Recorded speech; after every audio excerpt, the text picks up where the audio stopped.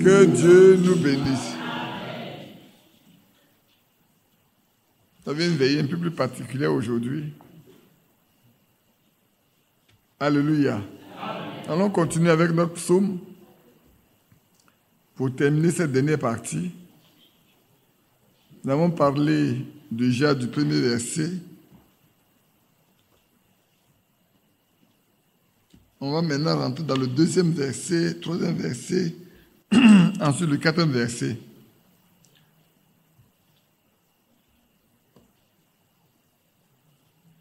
Dans le premier verset, on a terminé par ne pas s'asseoir en compagnie des moqueurs. Nous avons parlé de ce que les moqueurs pensent aujourd'hui. Ils sont nombreux. Je ne sais pas si on avait fini de lire les passages. Est-ce qu'on avait lu Proverbe 15? On a lu? On n'a pas lu. Donc on va aller lire Proverbe 15, toujours des moqueurs. Que nous voyons simplement que les moqueurs sont nombreux. On a lu déjà dans 1 Pierre ce qu'ils pensent de la venue du Seigneur Jésus. Pour eux, le temps est toujours le même. Mais nous devons savoir que le temps n'est pas toujours le même. Et ça, c'est clair. Quand le Seigneur nous a dit que quand nous verrons le temps du Fils de l'homme arriver, le temps de Noé sera là. Comme nous sommes en train de parler de ça, c'est pour ça que je ne vais pas aborder ça ici. Le temps de Lot également. Il a parlé également du figuier qui a bourgeonné. Je crois qu'on avait commencé à aborder un peu le figuier et les autres arbres. N'est-ce pas? On en parlera certainement demain après-midi pour poursuivre, pour nous faire voir que nous sommes vraiment à la fin des temps, à la fin de la fin des temps. Le cœur de tous les hommes tremble aujourd'hui face aux catastrophes naturelles. Il n'y a plus de paix nulle part. Les guerres ici, les guerres là, la méchanceté est attend son comble. Et nous devons savoir que, frères et sœurs, nous sommes parvenus vraiment à la fin des temps. C'est pour ça qu'il est bon que le croyant soit prudent. Le croyant puisse dire quel est mon état devant Dieu aujourd'hui. Quelle est ma position en Christ. Je disais à un frère, il dit, vous savez, ce n'est pas le temps de discourir. Ce n'est pas le temps de discuter. C'est le temps de savoir quelle est ma position dans le Seigneur. Parce que si je ne connais pas ma position, je peux parler, je peux discourir. Mais quand le moment viendra d'être enlevé, je ne serai pas enlevé. Or, pourquoi sommes-nous ici? Frères, si nous voulons faire la religion, il y a beaucoup de religions partout. Hein. Les gens ne s'attendent pas à l'enlèvement. Si nous nous remettons de côté, c'est parce que nous nous attendons à l'enlèvement. Et si nous devons nous attendre à l'enlèvement, dites-moi, frère, est-ce que nous sommes conscients que des hommes et des femmes, des enfants, ont été dévorés par des lions, par des tigres, par des animaux féroces à cause de leur foi? Celui qui a lu les bâtis du catacombe, il doit savoir que même pour manger, on se cache pour aller chercher à manger. On envoie un enfant, on envoie une personne qui va chercher en ville. Si on l'attrape, il ne rentrera plus.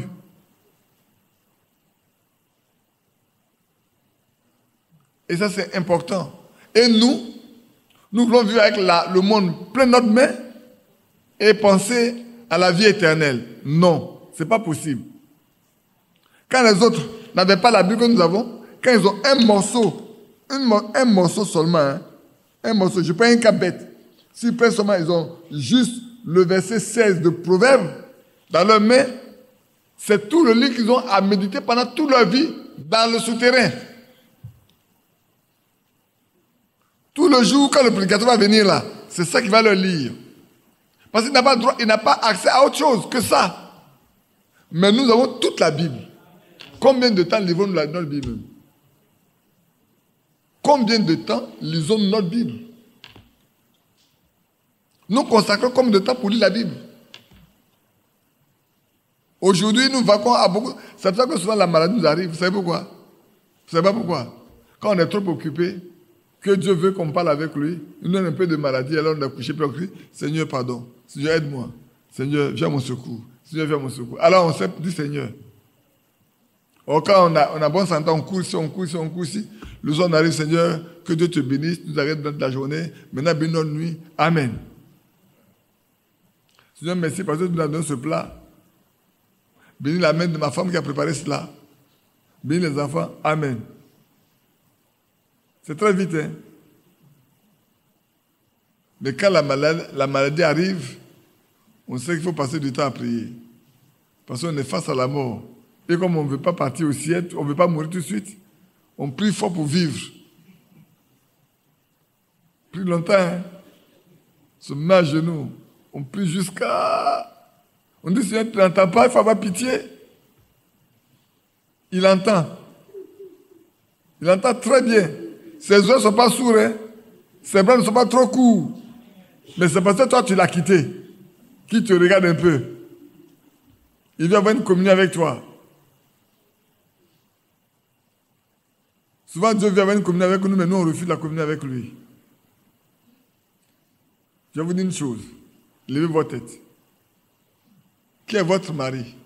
Qui est votre époux? Ce n'est pas lui. Mais laissez-le vous approcher. Vous aimez bien vous approcher de votre femme. Mais vous faites partie de ceux qui lui appartiennent. Laissez-le s'approcher de vous.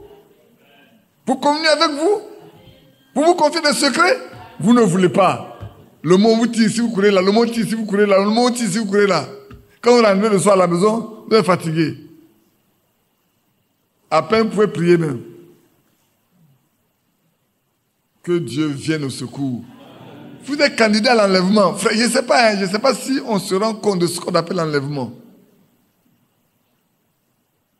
Des gens pour qui le Seigneur est parti préparer une place depuis plus de 2000 ans. Plus de 2000 ans. Il est parti préparer une place. Il dit, je venais vous prendre. Et il ne vient pas. On ne se préoccupe pas de mes seigneurs.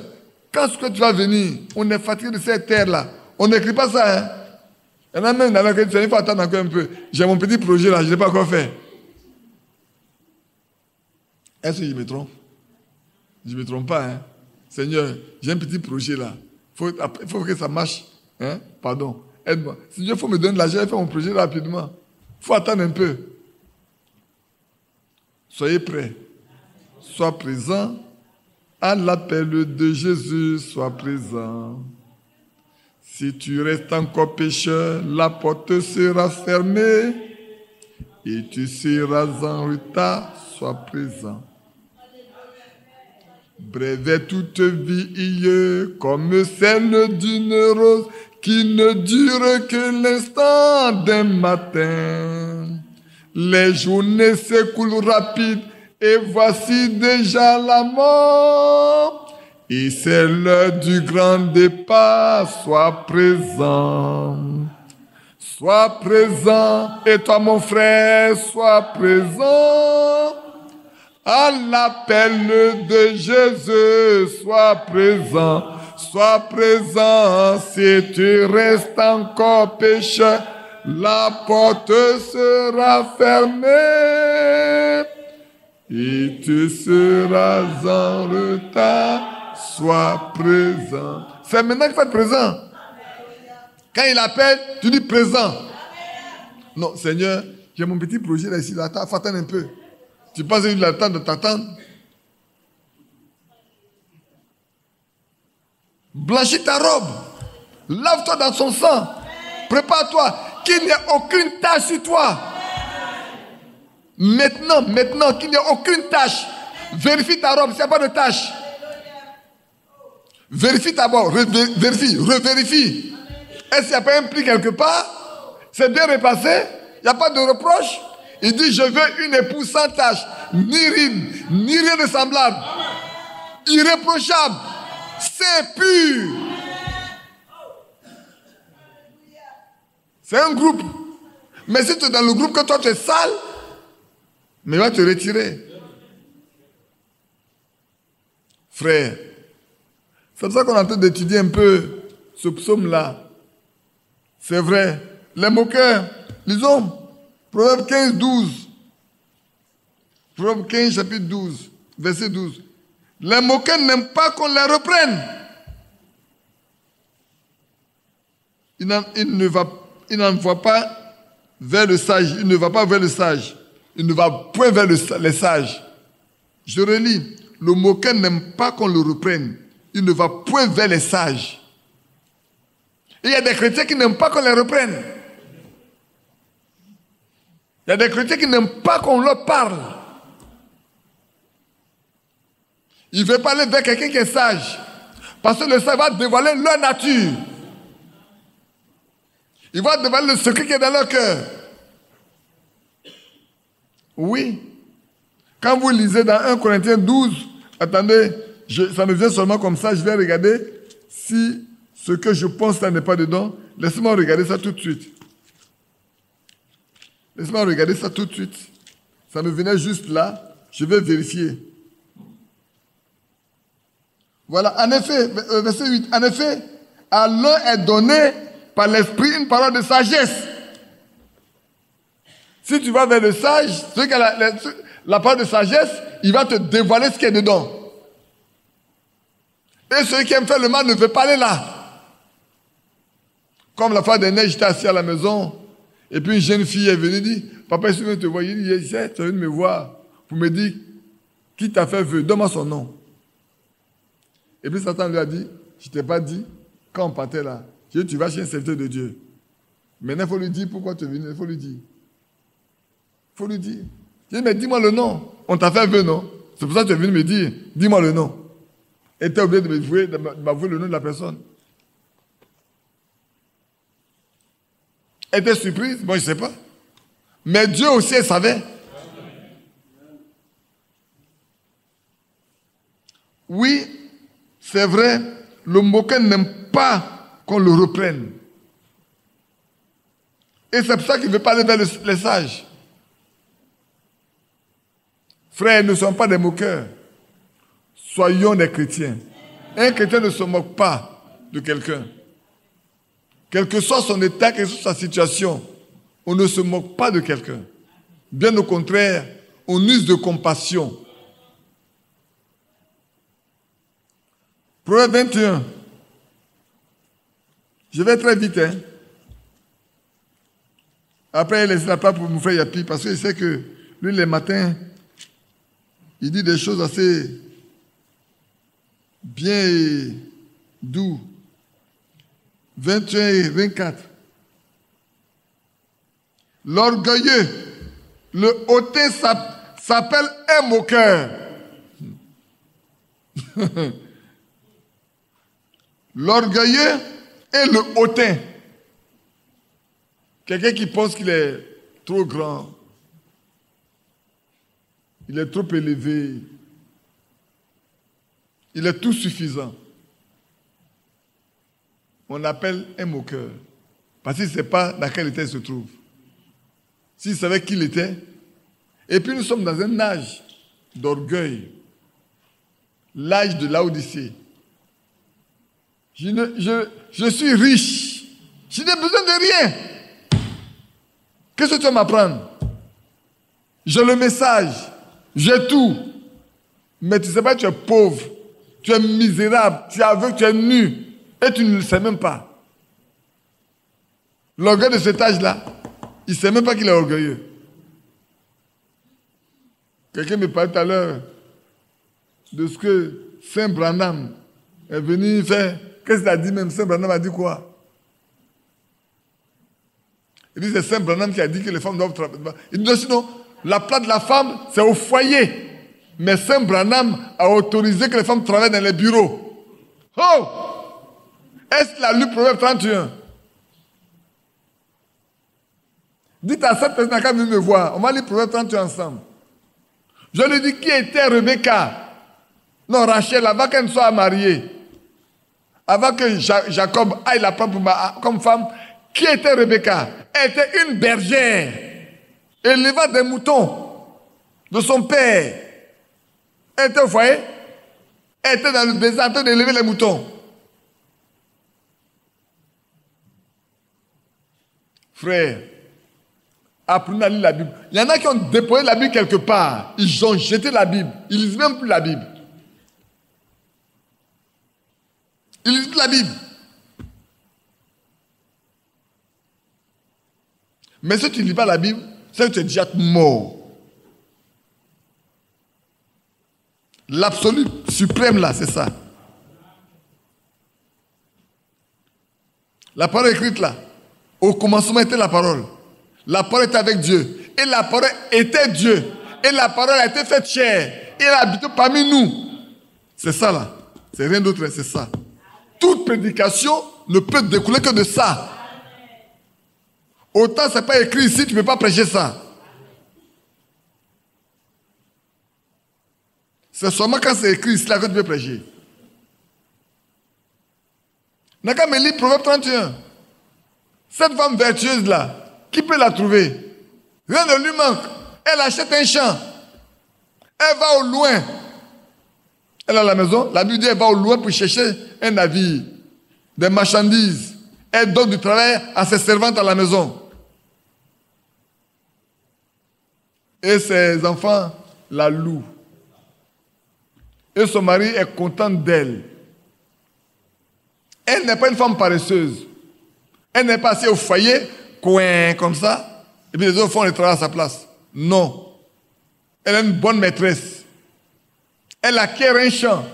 On reste à la maison pour acheter un champ? Dites-moi. C'est à la maison, on reste pour acheter un champ? Si tu ne dois pas partir voir le champ, tu peux rester à la maison pour acheter. Il faut aller vérifier quelle est la qualité du champ où ça se trouve. Puis tu t'achètes.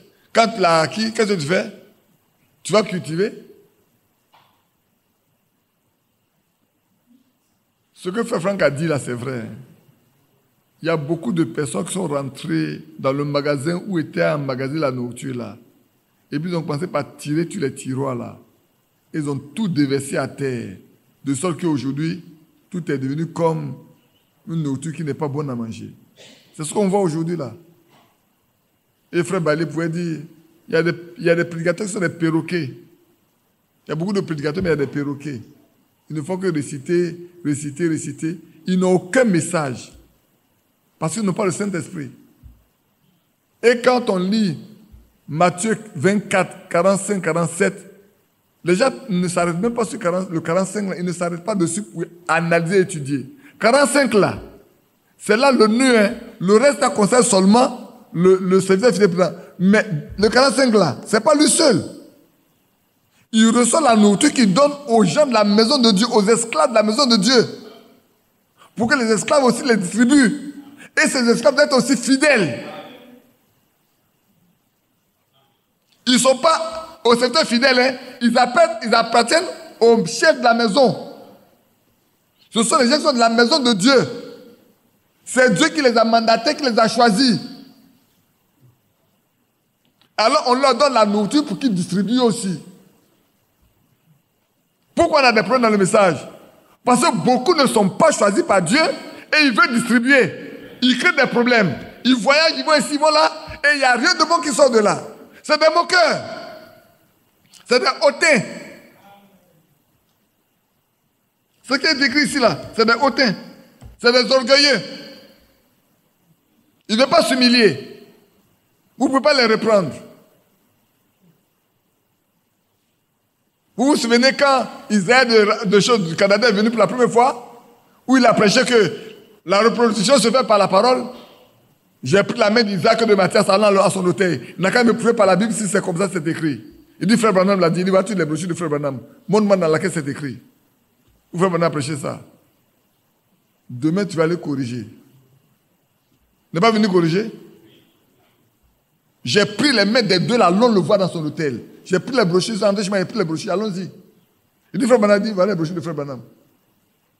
Lis-moi la paille de choses, la parole parlait à la semaine originelle là. Lis-moi. Il dit, c'est pour ça que le Saint a été donné. Frère, voilà ce qu'il a dit. Voilà telle brochure, voilà telle brochure. Il dit, frère, on a toujours pensé, mais voilà ce que Frère Branham a dit. Ne pensez pas, lisez. Pourquoi Dieu commence à dire, soyez féconds, multipliez. C'est pas la parole? La fécondité vient par la parole? Il y a des organes de reproduction. Dieu a donné les organes de reproduction à tous les êtres vivants. Même les fleurs ont des organes de reproduction.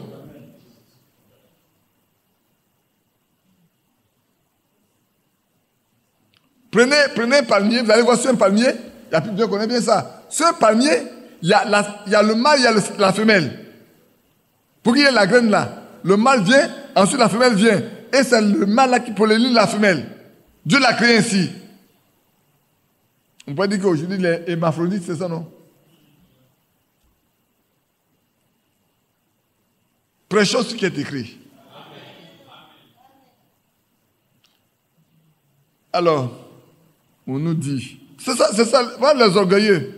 Frère, ne suivez pas les orgueilleux. Il y a beaucoup d'orgueil dans la prédication de ce message. Il y a beaucoup d'orgueilleux, il y a beaucoup de hautains. Ils se permettent des choses auxquelles on ne les a pas appelés. C'est pour ça qu'on souffre. Un hautain, c'est celui qui se permet une chose auquel il n'a pas droit. Voilà pourquoi le message a des problèmes. C'est vrai, les religieux peuvent se moquer du message. Dans le message, les gens se battent seulement. Et c'est vrai que dans le message, on se bat vraiment beaucoup. Parce que chacun veut se faire une place au soleil. Et la plupart, c'est de l'argent qu'ils cherchent. On me racontait une histoire, je ne dirai pas le nom de choses.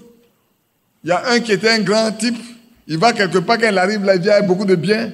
Et comme sa femme n'était pas là, en ce moment avec lui, il va le déverser chez un frère qui est le responsable de l'église. Le jour où sa femme est venue, qu'il a traversé la maison pour aller débrouiller là-bas, c'est venu parler avec sa femme. On va faire parler avec sa femme. Pourquoi on dépasse la maison pour aller déposer à la maison là-bas? Je sais, Bouti connaît bien de qui je parle.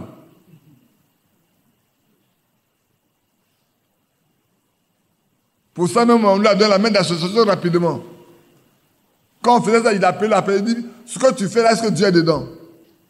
En qualité de quoi tu le fais? Il discutait, il dit, Dieu n'est pas dedans. Un mois après, on a affecté le type. Je l'ai appelé, il dit, mais tu lui as donné la main d'association et puis il est parti? Frère, nous sommes trop orgueilleux dans ce message. Nous sommes trop hautains. Nous sommes trop fiefés. Et souvent, nos prédications sont vides. Ces personnes-là, quand tu écoutes la prédication, tu ne sais même pas ce qu'il faut retirer de ça. C'est vide. C'est des mots seulement qu'on aligne. Tu sors, tu rentres vide, tu sors vide. Rien ne touche ton cœur. Parce qu'il n'y a pas le Saint-Esprit pour parler au cœur des hommes. Sinon, le discours là. Vous savez, il y a des écoles oratoires aujourd'hui. Hein. On va là-bas, on apprend à parler. Quand tu sors là, tu as lu des mots. Moi, j'ai écouté les discours des gens. Le gars, il a lu les mots, il a produit. Après, qu'il s'en sert pour examiner, il dit, mais qu'est-ce qu'il a dit même? Il n'a rien dit du tout.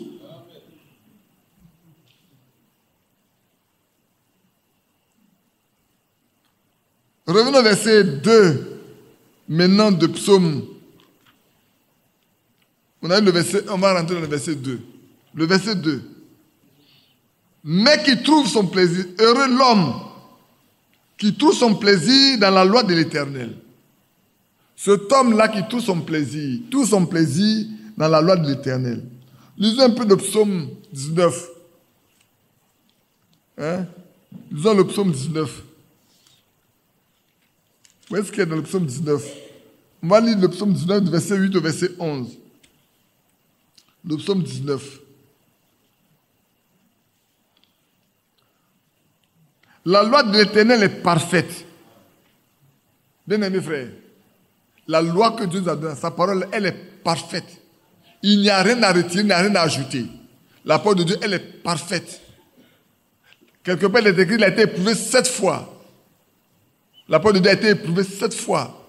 Et on n'a rien trouvé en ex impur. Puisque si la parole de Dieu est Dieu, Dieu est parfait dès le commencement. C'est pas vrai? Dieu est parfait. Frère, Dieu ne prend pas une décision aujourd'hui et puis demain changer. Quand Dieu prend une décision, elle a pris une décision pour tous les jours. Il ne revient pas sur la décision. Il est Dieu. Il connaît la fin dès le commencement. Donc quand il prend une décision, elle est correcte. Dieu ne peut pas prendre quelqu'un aujourd'hui, il sait que demain la personne va se perdre, il va le laisser et puis il va prendre. Ce n'est pas possible. Dieu ne peut pas sauver quelqu'un aujourd'hui et puis le perdre demain. Ça n'existe pas. Dieu ne peut pas avoir un serviteur et puis demain il devient un serviteur de Satan. Ça n'existe pas. Vous allez me dire Caïn. Vous allez me dire, non pas Caïn, vous allez me dire Judas. Mais Judas était dès le commencement un fils de la perdition. Jésus le savait. Il n'a pas cassé sa nature. Il dit, n'est-ce pas moi qui vous ai cherché les 12, mais l'un d'entre vous est un démon. Pas qu'il a un démon, mais il est un démon.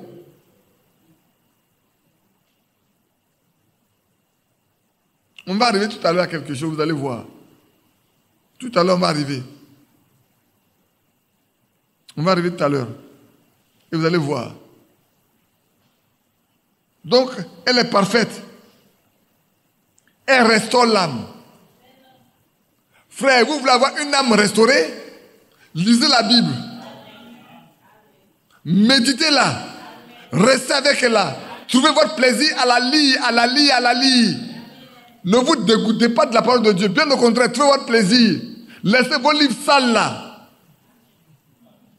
Les philosophes sont fatigués. Ils ont écrit jusqu'à ça change, ça change, ça change. Chaque fois qu'on découvre, regardez bien le monde. On parle aujourd'hui de tout ce qui est lunaire. On découvre, on change. Moi j'écoutais la radio, quelqu'un dit, on n'a pas encore tout compris. Chaque jour les choses changent. Donc on est obligé de réapprendre. La science que l'homme a, elle est imparfaite. Mais la science de Dieu est parfaite. On va à l'école, c'est vrai. C'est pas les diplômes seulement pour avoir un peu à manger ici-bas. C'est tout. Mais ce qu'on apprend n'est pas parfait. Souvent même, on t'enseigne quelque chose, tu sais qu'il y a une erreur dedans. Mais quand tu dis à la personne qu'il y a une erreur dedans, comme c'est lui qui va te noter, si tu discutes avec lui, il va te donner une mauvaise note. Donc tu laisses. Le jour où tu dirais comme là, tu dis que tu t'as écrit avant là, ce n'était pas vrai. C'est faux? Mais dis-lui aujourd'hui là, que tu es son élève, dis-lui que c'est faux. Il va te donner une mauvaise note. Donc tu es obligé de traiter. Mais quand tu sais que ce n'est pas lui qui va te noter, tu peux lui dire ce que tu écris, c'est faux. Parce que ce n'est pas lui qui va te noter après. Mais chez Dieu, tout est parfait. Dès le commencement, tout est parfait. Frère, écoutez bien. Vous êtes devenu chrétien depuis quand? Qui veut me donner la date à laquelle vous êtes devenu chrétien? Irène, depuis quand tu es devenu chrétienne?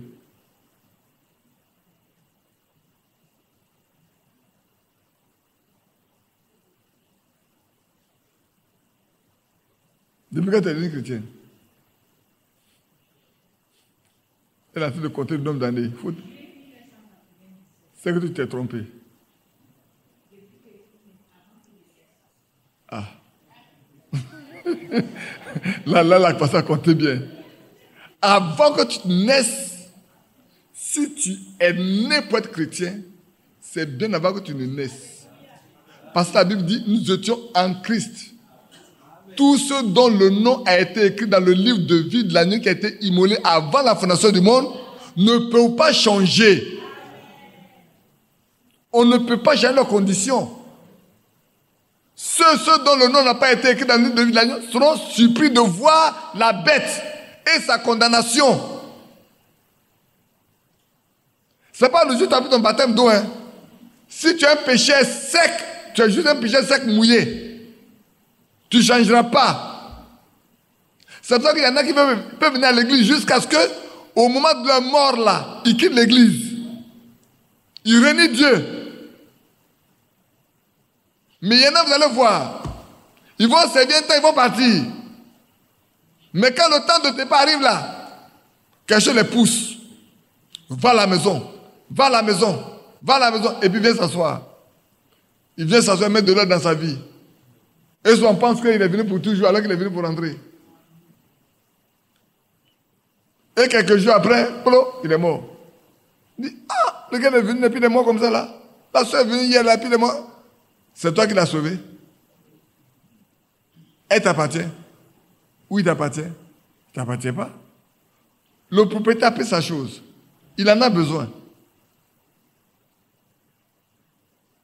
C'est pour ça que je dis toujours, pour moi, un pécheur là, il n'est pécheur que le jour où il est mort. Regardez bien la croix. Il y avait combien de personnes? Il y en avait 3. Jésus était au milieu, et à gauche et à droite. C'est pas vrai? Le brigand là, la fois dernière, Jean-Marie a donné la définition dans son... C'est un homme mauvais. Plus que mauvais même. c'est un tueur, c'est un voleur. Il n'y a rien de bon en lui. Il a fait tellement mal qu'on l'a mis en prison. Il n'avait même pas un seul moyen. Le seul moyen qu'il avait, c'était de mourir. Donc, il ne peut même pas descendre de la croix pour aller demander pardon à ceux à qui il a fait du mal. C'est faux? Est-ce qu'il peut descendre de la croix pour aller demander pardon à qui il a fait du mal? Mais quand il a reconnu Jésus, il dit, souviens-toi de moi quand tu venais dire, ce soir même. Frère, voilà un homme qui part toute sa vie à vivre mal, à faire tout ce qui est mauvais. Peut-être il a tué même. C'est vrai, on l'a mis en prison. Et comme il a tellement mal fait, on devait le tuer lui aussi. C'est comme aujourd'hui, on dit, ben, qu'est-ce qu'on va faire? Comment on appelle ça? Ceux qu'on tue là, comment on dit? C'est la peine de mort. On le fait passer par la peine de mort, on le fait passer par la chaîne électrique. On le fait passer par les armes. On n'a même pas le temps. On doit le faire passer par les armes. Et puis voilà, il voit Jésus dit, souviens-toi de moi. Toi, tu n'as pas... Nous autres là, on mérite ce qu'on mérite là. Ce qu'on souffre là, on le mérite. Mais toi, tu ne mérites pas de souffrir comme nous. Parce que tu n'as rien fait de mal. Jésus pouvait dire, c'est pour toi que je suis là. Mais il a dit, ce soir même. C'est pour ça que Jésus est mort avant lui. Il dit, ce soir même, tu seras avec moi dans le paradis. Ce soir même. Oh, quelle assurance. Ce soir même. L'autre dit, ce soir même. Mais l'autre là, il ne tourne même pas son regard pour le regarder. Il sait qu'il est perdu. Dès qu'il ferme les yeux, il va dans les lieux de tourment. Voilà deux hommes qui ont commis peut-être le même crime. Peut-être celui qui s'est repenti là même là, il a commis plus que l'autre. Mais quand l'heure arrivait, le salut lui a été donné. Et l'autre est perdu. Mais pourquoi? Parce qu'il était fils d'Abraham dès le commencement. C'est le péché qui l'a corrompu. Ce n'est pas sa nature d'origine. Le péché l'a corrompu. Mais il y a un qui enlève le péché. C'est Jésus-Christ. Il a libéré. Frère. La parole de Dieu est parfaite. Elle restaure l'âme. Le témoin de l'Éternel est véritable.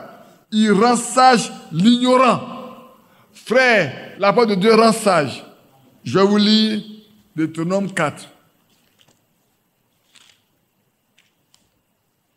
J'aime bien lire ce Deutéronome 4 là. Ça me plaît tellement.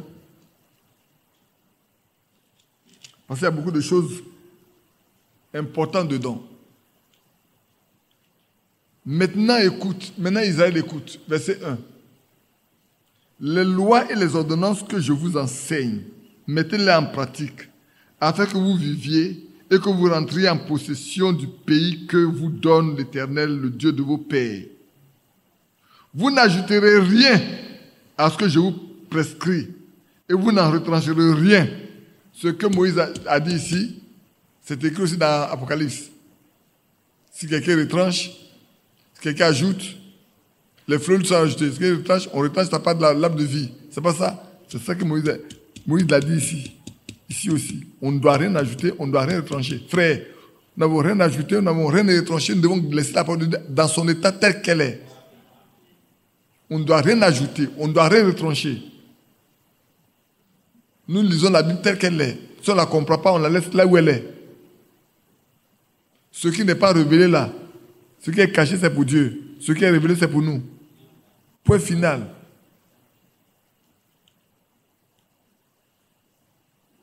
Vous n'ajouterez rien à ce que je vous prescris, vous n'en retrancherez, mais vous observerez les commandements de l'Éternel, votre Dieu, tels que je vous les ai prescrits. Vos yeux ont vu ce que l'Éternel a fait à l'occasion de Baal-Péor.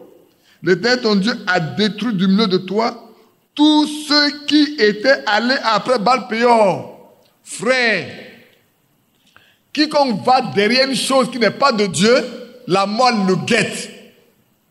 La mort l'atteindra. Vivez mal, la mort vous atteindra. Vous mourrez deux fois. Physiquement et puis spirituellement. Vous devez le savoir. C'est pour ça qu'on a parlé de la sainteté, la sanctification de tout l'être. On a passé des mois et des mois à en parler. Pour que notre corps, notre âme, notre esprit, notre corps soient saints en toutes choses. Soyons saints dans tout. Et c'est important, frère. Ceux qui veulent boire n'ont qu'à continuer de boire. La fois dernière, mon frère Isaïe me disait, il arrivait quelque part, depuis que vous avez écouté cette application, frère Franck dit, si on m'a fait un verre de vin, je vais boire là. Et tout ça devenait soulard. Monsieur, madame avait un casier de vin dans leur maison. À ces personnes, quand tu viens faire la scène là, ne leur donne pas une coupe. Il faut faire attention, ils vont te vider la coupe tout de suite. Mais s'ils vident la coupe, mais ils ne vont même pas bouger un peu même. Alors que toi, tu as bu un peu, même tu trembles. Et quand tu vides la coupe là, même ils sont bien contents. Ils disent, Ils vont racler leur gorge. À peine ça te dit, mais est-ce qu'il n'y a pas encore un peu?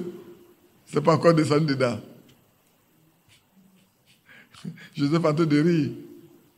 Quand il a gratté sa gorge, il a dit, est-ce qu'il peut boire encore un peu? Il ne faut pas me retirer la coupe. On est devenus tous des soulards, des ivrognes. Les gens oublient que cette question a été posée à Don Sowaman. Lui, il est là, lui, il est de l'argent. À Frère Barillier. Quand il a dit non, mais il n'y a pas d'interdiction, tous les frères de Don ne sont pas devenus des soulards en ce temps-là. Tu ne te souviens pas? Tu étais encore trop jeune peut-être. Ils étaient tous devenus des soulards. Le vin de pomme, ils boivent jusqu'à... Peut-être même, il y en a qui tombent dans le caniveau.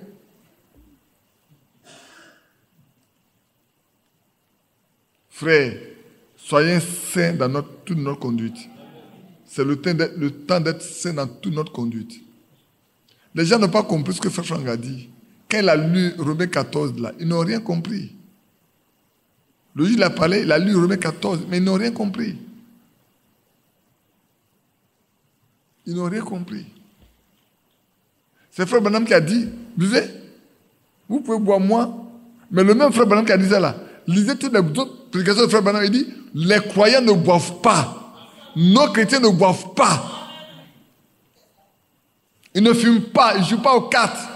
Nos femmes ne coupent pas les cheveux, ne portent pas des shorts, ne portent pas des pantalons. Le même qui a dit là, le même a dit ça. Le cas vous prendrez, pour qui les hauts, pour qui les ha, pour ceux qui courent après les liqueurs fortes le matin, pour qui les blessures. C'est pour ça que la maman de Salomon l'a dit, c'est pas au roi de boire des liqueurs fortes, ni du vin mêlé. Il faut le donner à celui qui a de l'amertume. Un chrétien a de l'amertume. Un chrétien est un sacrificateur. N'avez-vous lu la loi qu'on a donnée aux sacrificateurs? On dit aux sacrificateurs, quand tu dois rentrer dans le temple, tu ne dois pas boire. Pour que tu ne meurs pas là-bas. Mais nous là, depuis que Christ est mort, le lieu très saint est ouvert. Nous devons y entrer tous les jours. Ce qui nous interdit de boire.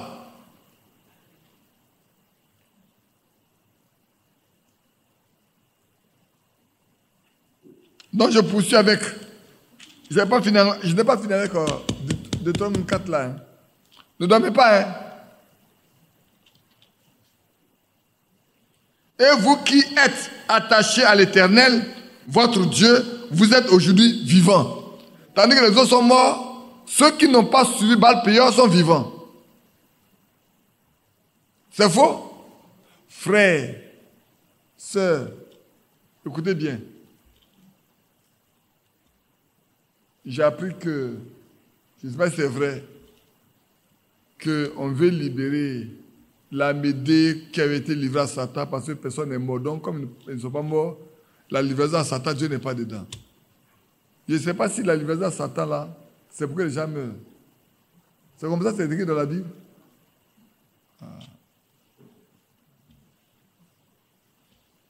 Un jour, j'ai posé une question frère, comme les Ivoiriens aiment dire. Sur celle-là, j'ai posé une question frère. J'ai 3 questions frère. Un jour, je l'ai posée. Je ne sais pas qui dans le monde, je dis, mais qui dans le monde pourra répondre à ces questions? Je ne sais pas qui dans le monde pourra répondre à la question. Parce que j'ai écrit ça à Frère Franck. lui-même. Je ne sais pas qui dans le monde pourra répondre à ces questions. Moi, je ne suis pas pressé.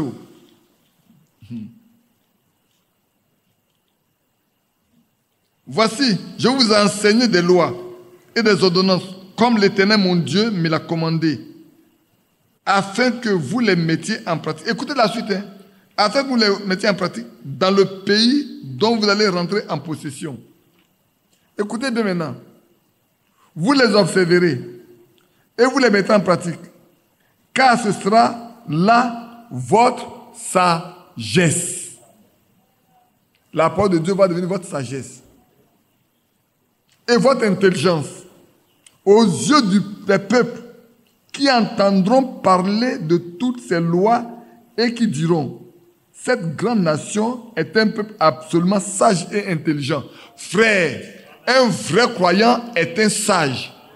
Parce qu'il lit la parole de Dieu qui donne la sagesse. Il lit la parole de Dieu qui donne l'intelligence. Et quand il se trouve au milieu des hommes, dans des difficultés, quand il parle, les gens se taisent pour l'écouter. Pourquoi? Parce que l'Esprit de Dieu est en lui pour lui donner les mots justes. Sauf le stupide ne sait pas parler avec la parole de Dieu. Parce qu'elle n'existe pas en lui. Elle ne réside pas en lui. Mais le sage a la parole de Dieu en lui. Allez lui poser des problèmes. Il vous donne la réponse exacte. Et quand vous allez mettre en pratique, vous allez voir le résultat. Un jour, un frère est venu. J'ai appris qu'il voulait se marier depuis Victorine. Et là, Victorine sait de quoi il est question. Et ça traîne. On a confié ça à un frère. Et Victorine a dit: mais va voir papa. Vous ne voulez pas aller voir papa, vous dites qu'il est trop dur. Mais va voir papa pour ton problème de mariage qui n'évolue pas là. Il a eu le courage, il est venu me voir. Elle sait bien de qui je parle, donc je ne vais pas dire son nom. Et puis quand il a fini de payer, ton papa il est là. Demande son téléphone. Demande son numéro de téléphone. Il m'a donné le numéro de téléphone, son père, je l'ai appelé. Il le prend du mari de ton fils là. Qu'en est-il? Il dit: non, c'est telle personne qui s'en occupe. J'ai dit: tu dis quoi? C'est telle personne qui est le père de ton fils. C'est lui qui a mis l'enfant au monde. Tu fais quoi là où tu es là? Tu ne te lèves pas parler. Il faut te lever et aller voir les parents de la fille pour régler ce problème-là. Que de confier ça à quelqu'un d'autre. Ce n'est pas ton fils. Ce n'est pas ta famille et la famille de la fille là qui vont s'unir demain. Et c'est quelqu'un d'autre qui va régler le problème là. Je te dis, il faut te lever pour aller régler ce problème là. C'est ton fils. Ce n'est pas quelqu'un d'autre qui doit régler ça. Dans le message, qu'est-ce qu'on vous a appris même? C'est un grand frère. Hein? Mais je ne lui parle comme si c'était mon enfant. Frères et sœurs, quand il s'est levé, les partis de la famille, le problème qui durait depuis des mois là, quand il est parti là-bas, là, la même journée, le problème a été réglé. Son fils a pu se marier. Quand lui-même s'est présenté là, c'est fini. Vous êtes même groupe ethnique. Tu connais le principe. Tu connais les lois. Tu connais comment les gens agissent. Dès que tu es arrivé et qu'on t'a déployé les images, tu as pris, c'est fini. Mais tu donnes à quelqu'un qui ne connaît même pas les principes du groupe ethnique. Comment tu veux que les gens l'écoutent?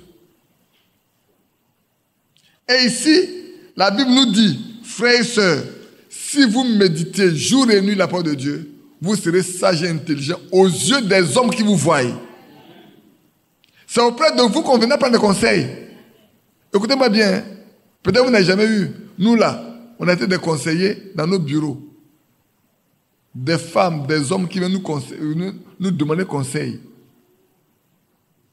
Quand ça coince là, c'est à toi de venir demander conseil. Pourquoi? Parce qu'on sait que ce que tu as dit là, c'est vrai, sont mis en application, c'est vrai. Moi, chez moi, je vais vous dire une chose. Tous les jeunes gens qui vivaient avec les femmes sans les marier, ils étaient obligés de les marier avant que je ne quitte mon poste. Ils étaient tous obligés de se marier. Parce que je leur ai démontré que ce qu'ils font n'est pas correct. Vous partez tous à l'église, vous vivez dans le péché. Et vous attendez à aller au ciel avec ça. Ils sont tous mariés. Mais pourquoi? J'ai pris la Bible pour leur dire que voilà, j'avais toujours une Bible sur mon bureau. Tu parles, je sors ma Bible. Tu dis, tu as écrit, voilà, on m'a lu la Bible.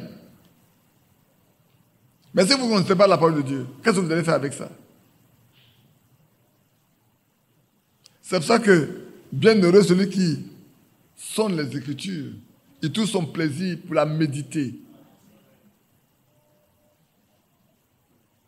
Quelle est en effet la grande nation, verset 7, qui est des dieux aussi proches que l'Éternel, notre Dieu, l'est de nous, toutes les fois que nous l'invoquons. Mais qui peut être exaucé de Dieu en l'invoquant s'il ne marche pas avec Dieu? Dieu n'écoutera pas ta prière s'il ne marche pas avec lui. Si tu ne respectes pas sa parole, tu ne mets pas en pratique, Dieu n'écoute pas les prières des pécheurs. C'est pour ça que l'aveugle né là, quand Jésus l'a guéri, et que les gens lui disent, il faut glorifier Dieu, c'est un pécheur. Il dit, ah, c'est un pécheur? Moi, je ne sais pas si c'est un pécheur. Hein. Est-ce que Dieu exauce les pécheurs? Moi, j'ai été au milieu de vous ici, j'ai 40 ans aujourd'hui. Je suis né aveugle, j'ai 40 ans. Et ce les gens me guérit, vous dites qu'il est pécheur. Mais vous qui n'êtes pas pécheur, qu'est-ce que vous avez fait? Vous qui êtes saints là, vous avez pu faire quoi jusqu'aujourd'hui? Je suis resté au milieu de vous aveugle. Et maintenant je vois. Et maintenant je vois, me dit que l'homme qui m'a guéri là, il est pécheur. Ça me donne à dire beaucoup de choses, mais je m'étais. Poursuivons. Lisons encore la suite de notre psaume 19. Le témoin de l'Éternel est véritable. Il rend sage l'ignorant. Les honneurs de l'Éternel sont droites. Elles réjouissent le cœur. Amen. Quand quelqu'un est dans la tristesse, que vous partez vers lui, que vous parlez de la parole de Dieu, s'il est incroyant, il trouve déjà la solution. Son cœur est en paix. Quand vous chantez les cantiques, vous étiez heureux de chanter des cantiques, n'est-ce pas? Je vous voyais très heureux. Ceux qui vous ont suivi en ligne, ils vont dire, mais leur veillée est belle aujourd'hui, certainement. Ceux qui vont voir votre veillée là, ils vont dire, mais ils ont une belle veillée aujourd'hui. C'est ça, non? Aujourd'hui, il y a quelqu'un qui ne voit pas ça en direct, il voit ça en live.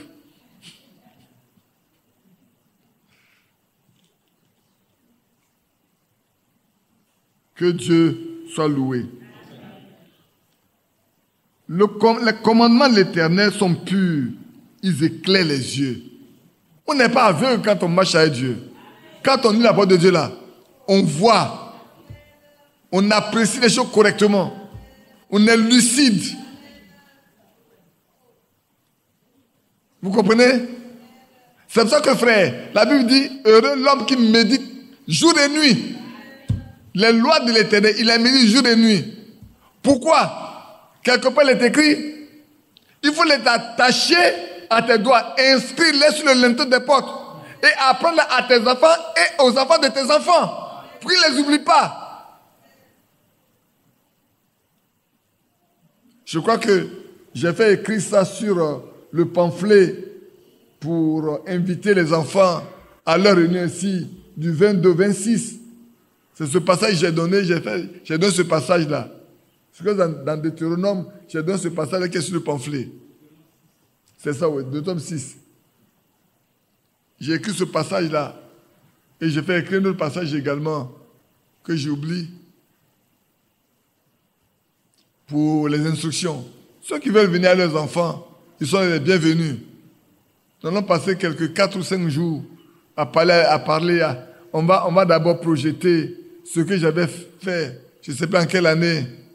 Là, on va projeter d'abord ce soir-là pour qu'ils regardent, pour que les parents regardent. Et puis à partir de là, le lendemain, on va commencer à parler et à nous entretenir les enfants, à parler avec eux, à leur apprendre ce que c'est. Non pas leur donner une culture chrétienne, non. C'est pour les amener à connaître Christ. La culture chrétienne ne sauve pas. Avoir une culture religieuse ne sauve pas. Il faut les amener à Christ. Il faut qu'on rende Christ réel pour eux. Il faut rendre Christ réel pour les gens, pour qu'ils sachent que Christ est vivant, il est ressuscité, il est vrai. Il faut rendre Christ vivant pour les gens. Si Christ reste mort pour les gens là, rien ne va dans leur vie.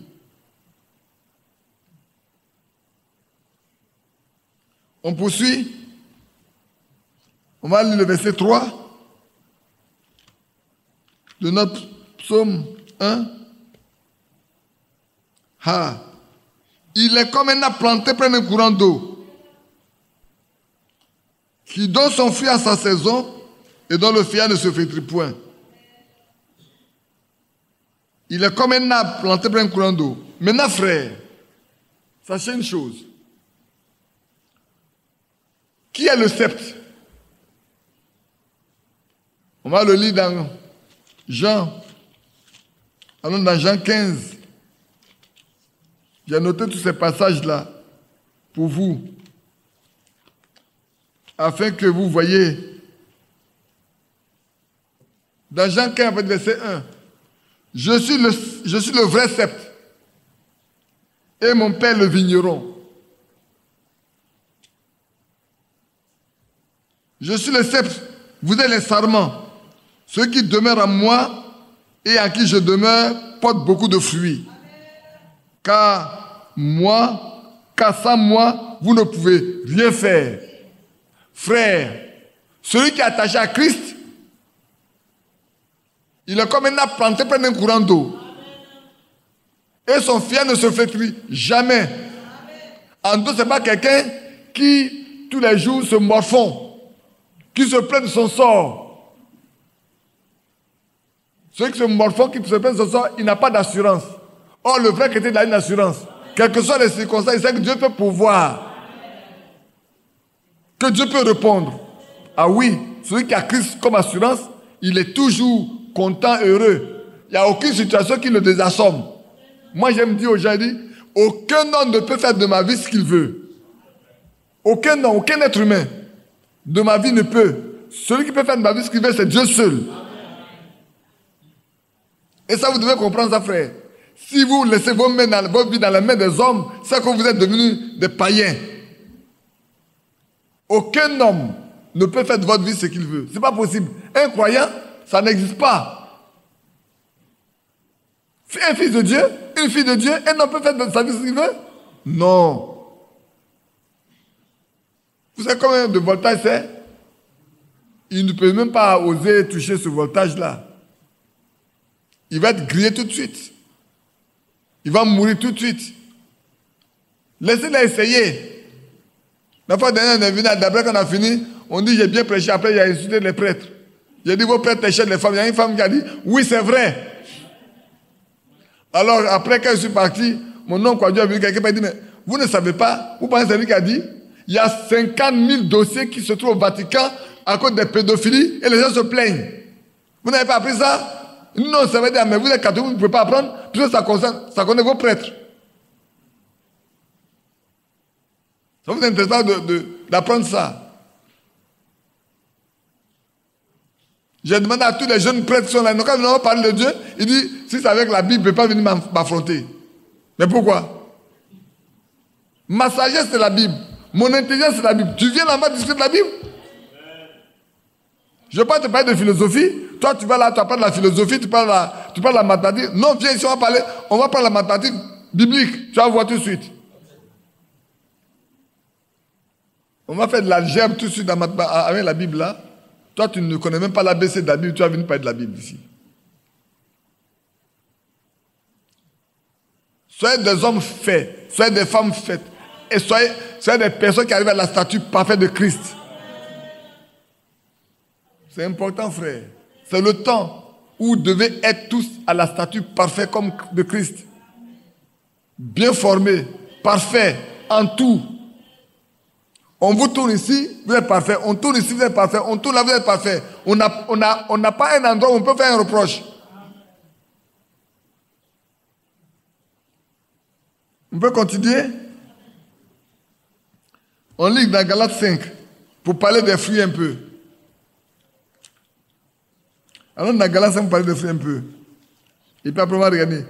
Oh, il y a beaucoup de choses à dire. Hein. Et puis, je vais te prendre ton temps aujourd'hui. Hein. De toute façon, toi-même, tu es content. Si je ne vais pas te laisser le temps, tu es content. Tu penses que je ne te connais pas? Je te connais bien. Prenons Galates 5. On va lire le verset 22, un peu.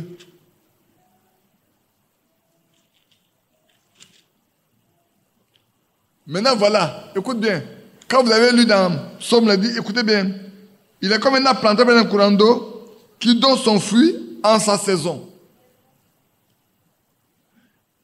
Le Seigneur a dit dans la Genèse que chaque arbre doit produire selon son espèce. C'est comme ça, non? Bon. Et donc, regardez bien maintenant. Mettez votre main sur Galates, allons dans Matthieu. Je ne sais pas pourquoi, mais je suis obligé de vous faire sauter comme ça. Permettez-moi de vous faire sauter comme ça, ce n'est pas bien grave. Allons dans Matthieu 3. J'ai noté Matthieu 16 et Matthieu 7 ici, mais Matthieu 16, je vais voir. Non. On va aller d'abord dans Matthieu 3. Avant de venir dans Matthieu 7. Avant de aller lire les choses. À Matthieu 3. Oh là là.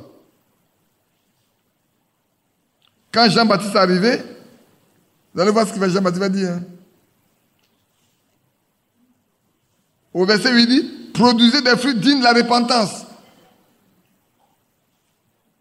Ne prétendez pas dire en vous-même, nous avons Abraham pour père, car je vous déclare que de ces pierres, Dieu peut susciter des enfants Abraham. Déjà, la cognée est mise à la racine des arbres. Tout arbre, donc, qui ne produit pas de bons fruits, sera coupé et jeté au feu. Il parlait des arbres de la brousse, ou il parlait des hommes? Il parlait des hommes. Donc, nous sommes des arbres, frères. Quel type d'arbres nous sommes? Parce que nous, là, nous sommes des arbres. Nous sommes greffés à Christ. C'est décrit dans Romains. Alors, quel type de fruits portons-nous? On va voir ça tout de suite. Parce que sinon, frère, si on ne porte pas les bons fruits, on va être coupé et jeté au feu. Reconnaissons que nous sommes des arbres. Et que nous devons produire sur notre espèce. Et notre espèce, c'est de Christ. Ce n'est pas d'autre chose. Le vrai croyant, il est attaché à Christ et il doit produire la vie qui est en Christ. Frère, écoutez-moi bien. Si vous êtes un chrétien, c'est la sève qui est dans Christ, le sang de Jésus qui coule en vous. C'est la vie de Jésus qui coule en vous. Et vous ne pouvez pas produire une autre vie que celle qui est en Christ. Les pensées, vos pensées doivent être des pensées de Christ. Vos sentiments doivent être les sentiments qui sont en Christ. Votre amour doit être l'amour qui est en Christ. Vous devez rendre Christ vivant, d'être une empreinte de Jésus-Christ sur la terre. Maintenant, votre vie doit prouver que Christ est vivant. C'est pour ça qu'il s'est dit, moi je vous baptise d'eau pour vous amener à la repentance. Mais celui qui vient après moi est plus puissant que moi. Et je ne suis pas digne de porter ses souliers. Lui, il vous baptisera du Saint-Esprit de feu. Il a son vent à la main. Il nettoiera son air. Il amassera son blé dans le grenier. Mais il brûlera la paille dans un feu qui ne s'éteint point. Frères, ne sommes pas la paille. Soyons le bon grain. Et alors, revenons dans Matthieu 7. Dans Matthieu 7, vous allez voir. Aujourd'hui, j'ai décidé d'étudier le psaume 1 comme je ne l'ai jamais étudié. Je n'ai pas voulu. Vous savez, je n'ai pas mis 2 heures de temps. Hein. Quand j'ai dit, j'étais avec les frères, j'ai dit, je vais me reposer. C'est ce que j'ai dit, non? Dès que je suis rentré dans la chambre, net, psaume 1. Psaume 1. Je me suis allé, j'étais par le bic de Yapi, j'ai pris ma note et puis j'ai passé par tous les versets qui me venaient, je les prenais. Je les ai notés en même temps. Je ne suis pas assis là pour chercher ceci. Non. Tous les versets là, ça venait, je partais chercher, je les notais seulement. Et quand j'ai fini, j'ai dit, mais on va l'étudier plus qu'on n'a jamais étudié aujourd'hui. Gardez-vous, verset 15, gardez-vous des faux prophètes. Ils viennent à vous en vêtements de brebis, mais au-dedans, ce sont des loups ravisseurs. Il y en a tellement dans ce message. Il y en a tellement aujourd'hui. Frère, il y a un frère qui est parti voir les gens pour leur dire, mais frère Badi a raison. Quand il a dit que nos âmes ne vous intéressent pas, c'est seulement notre argent, Badi avait raison. Allez le chercher pour venir. C'est un frère. Il n'a pas de les voir. Dis ce que Badi a dit avant, là, c'est vrai. Nos âmes ne vous intéressent pas. Il y en a qui ne veulent que la laine et votre graisse. Le jour, j'ai appris qu'il fallait payer les dîmes par Orange Money, par MTN Money. J'ai dit, mais on est arrivé à la religion. Ce qui veut dire que le Covid, là, si on avait fermé l'église pendant 1 an, il y en a qui allaient mourir de faim. Si on avait confiné comme on confinait en Europe, là, où on ne peut pas sortir, là, mais il y en a qui allaient mourir de faim. Il n'y a plus de dîmes pour manger. Orange Money ne marche pas. MTN Money ne travaille pas. Tu vois comment tu as fait pour aller chercher de l'argent? C'est des censures. Vous les reconnaîtrez à leurs fruits. Cueille-t-on des raisins sur des épines ou des figues sur des chardons? Toute bonne arbre porte de bons fruits, mais les mauvais arbres portent de mauvais fruits. Un bon arbre ne peut porter de mauvais fruits, ou un mauvais arbre ne peut porter de bons fruits. Tout arbre qui ne porte pas de bons fruits est coupé et jeté au feu. C'est donc à leurs fruits que vous les reconnaîtrez. Frères, sœurs, ouvrez vos yeux et regardez ceux qui vous conduisent. Quel fruit portent-ils? Quelle vie mènent-ils? Comment se comportent-ils? Qu'est-ce qui sort de leur bouche? Si ce qui sort de leur bouche est contraire à ce qu'ils font, prenez garde. Un homme ne vaut que parce qu'il dit. Malheureusement, aujourd'hui, il y en a qui disent une chose et puis font le contraire. Il dit ceci, il fait le contraire. Il dit ceci, il fait le contraire. Et il peut se mettre à la chaîne pour prêcher. Honte à nous. On divise les foyers. On divise les familles. On s'en va arracher les filles des gens pour les donner à marier à d'autres personnes. C'est bien fait pour certains qui me critiquaient. Maintenant, on a arraché leurs filles et leur fille s'est rebellée contre eux. Ils pleurent. C'est ce que tu as récolté, ce que tu as semé, tu récoltes. Ceux qui sèment le vent, ils récoltent la tempête. Si tu as semé le piment, tu ne peux pas voir le blé là-bas, c'est le piment que tu as récolté. Et quand tu as fini de récolter le piment, là, mon cher, c'est tes doigts qui vont brûler. Vous les reconnaîtrez à leurs fruits. C'est pour ça qu'ici, dans Psaume, il dit, il porte son fruit à sa saison. Les vrais, ils portent les fruits qui se trouvent dans Galates 5. Maintenant, on revient dans Galates 5. Et c'est là où j'ai parlé avec des enfants, où je leur ai dit, mais attention, ils parlaient d'amour. Ils disent, mes frères, comment on peut reconnaître quelqu'un qui a le Saint-Esprit? J'ai dit, en beau, vous voulez connaître comment? Pourquoi vous voulez connaître comment quelqu'un, comment vous voulez connaître que cette personne a le Saint-Esprit? Il y a les mots. On dit, mais tout le monde dit qu'il a le Saint-Esprit. On veut savoir comment. J'ai dit, mais alors, quand c'est dit Galates, il dit, oui, Galates 5, 22 dit bien qu'il y a les fruits de l'Esprit. Il dit, mais oui. Ceux qui n'ont pas l'Esprit de Dieu ne peuvent pas porter ça.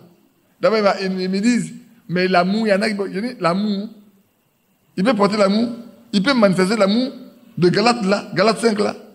Mais si tu parles de Galates 5, il faut aller parler de 1 Corinthiens 13. Quand tu parles de ça, il faut parler de 1 Corinthiens 13, il faut aller parler de Romains 5.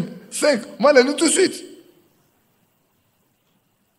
L'amour, disons, mais le fruit de l'esprit, c'est l'amour. Mais de quel amour parle-t-on?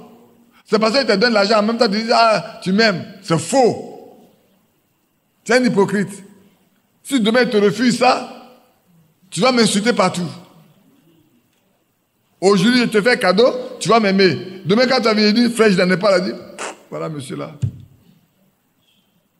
C'est un méchant type. L'argent, moi j'ai un problème, il ne veut pas me donner.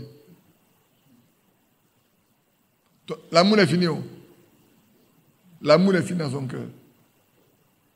L'amour est parti déjà. Parce que tu dois refuser quelque chose. Et puis, il ne faut pas te tromper par les marcher sur son pied d'air. Tu as marché sur son pied, tu vas reconnaître. Tu vas pas mal parler de lui, tu vas voir le coup de pied, on va se former tout de suite. S'il n'a pas formé le coup de poing, il va garder rancœur dans son cœur. contre toi. Tous les jours de sa vie. Tous les jours, il va te voir là. Quand il ne peut pas te faire du mal, s'il veut te faire du mal, il va dire qu'il n'est pas chrétien. Les gens vont voir qu'il n'est pas chrétien. S'il veut te faire du mal, il va dire qu'il n'est pas chrétien. Mais il va garder ça dans son cœur. Il ne faut pas te tromper 2 fois. Hein. Tu vas le sentir bien. C'est l'amour, ça? Non. Ça, c'est pas l'amour. C'est pas l'amour, ça. Hein. L'amour dont il est question ici, là. C'est ce qui est écrit dans 1 Corinthiens 13. On va lire quelques éléments dedans. Juste et puis on revient. 1 Corinthiens 13. Juste. Et puis après, on va donner son origine. On lit cette on va aller chercher son origine. 1 Corinthiens 13. Alors quand j'ai dit aux enfants, mais vous lisez 1 Corinthiens 13 là, prenez votre Bible, lisez-moi 1 Corinthiens 13. Il dit 1 Corinthiens 13. Il dit, mais oui, 1 Corinthiens 13.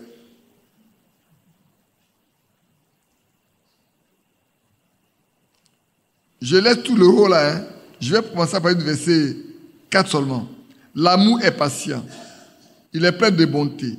L'amour n'est pas envieux. L'amour ne se vante point. Il ne s'enfle point d'orgueil. Il ne fait rien de malhonnête. Il ne cherche point son intérêt. Il ne s'irrite point, ne soupçonne point le mal, ne se réjouit point de l'injustice, mais se réjouit de la vérité. Il excuse tout, il croit tout, il espère tout, il supporte tout. L'amour ne périt jamais. Alignons ça, alignons tout ça, et puis mettons chacun de nous en face. On aligne, on dit, bon, l'amour est patient. Est-ce que tu es patient? Si un saute, c'est que, déjà, parmi tout ce qu'il a cité là, si un saute, c'est que l'amour n'est pas là. Hein. C'est pas moi qui le dis.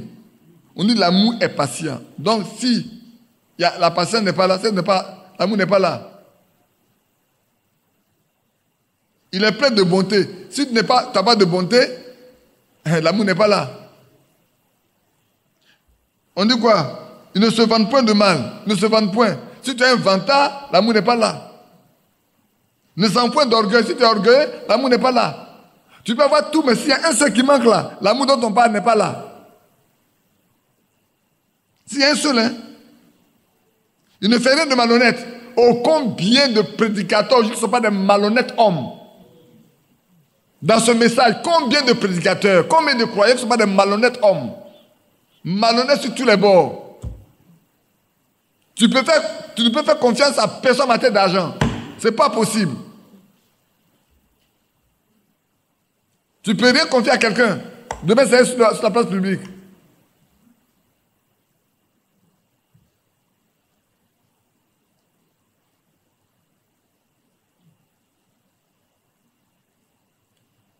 Ils ne cherchent que leurs propres intérêts.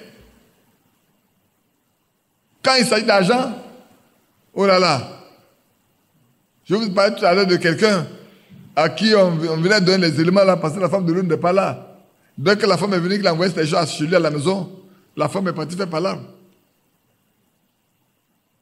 Pourquoi c'est chez toi, tu envoies maintenant? Mais ma femme est là maintenant. Avant, c'est parce que ma femme n'est pas là qu'il va envoyer ça chez toi. Maintenant, ma femme est là, il fait que je vais manger. Voilà la palabre qui arrive. C'est faux? Bautista, tu comprends, non? Je ne dis pas d'où ça vient.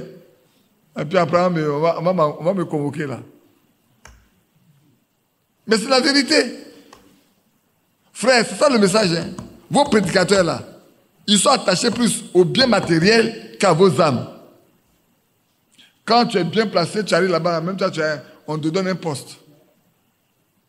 Dès que tu es bien là, net, on te donne un poste. Dès que tu peux défendre le code, on te donne un poste. C'est quoi ça? C'est quoi? Dites-moi, c'est quoi ça? C'est comme ça que c'est passé dans la Bible. Moïse, comment c'est passé dans la Bible? Moïse arrive quelque part là, on dit, bon, c'est un directeur net là, oh là là. Il va avoir un poste dans l'église tout de suite. Parce qu'il va payer des dîmes, il va payer des grosses dîmes, tout ça, tu vois, non? Donc, il faut le maintenir, il faut le garder, il faut le chuchoter, tout ça là. Parce que c'est un homme important. Si on pouvait mettre une chaise spéciale pour lui, on allait le faire. Mais si on fait ça, on va dire qu'on fait un peu de discrimination. Non, on ne fait pas ça. Mais, Ça arrive seulement, on va rendre beaucoup de visites. Avant, on n'a pas visité au frère, mais lui là, on va lui rendre visite tous les jours. Pour le garder, pour le maintenir. On est là, on l'appelle. Comme quelqu'un qui envoie les photos de sa... Je ne dis pas, ça c'est pas bon. Je me tais.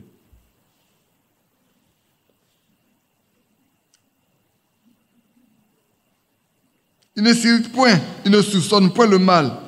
Il se réjouit, ne se réjouit pas de l'injustice, mais se réjouit de la vérité. Il excuse tout, il croit tout, il espère tout, il supporte tout. Oui, voilà l'amour. Est-ce qu'on est prêt, frère?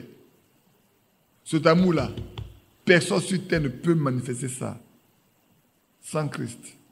Si Christ n'habite pas dans son cœur, il ne peut pas manifester ça du tout. Il n'y a pas un qui peut dire, je lève ma main, je le fais. Ça n'existe pas. Même parmi ceux qui sont même là, qui sont en Christ là même là, même ceux qui sont baptisés du Saint-Esprit là, il leur arrive d'eux. Il leur arrive d'eux. Qu'est-ce que Paul a dit à Pierre? Il disait comporté comme quoi? Comme un hypocrite, non? Ah, d'accord. Même Paul a repris Pierre pour dire, tu te comportes comme un hypocrite. Pourtant, Pierre a rempli de cet esprit. Hein? Non, frère, l'origine de cet amour-là, il est dans Romains chapitre 5. Et surtout dans Romains chapitre 5.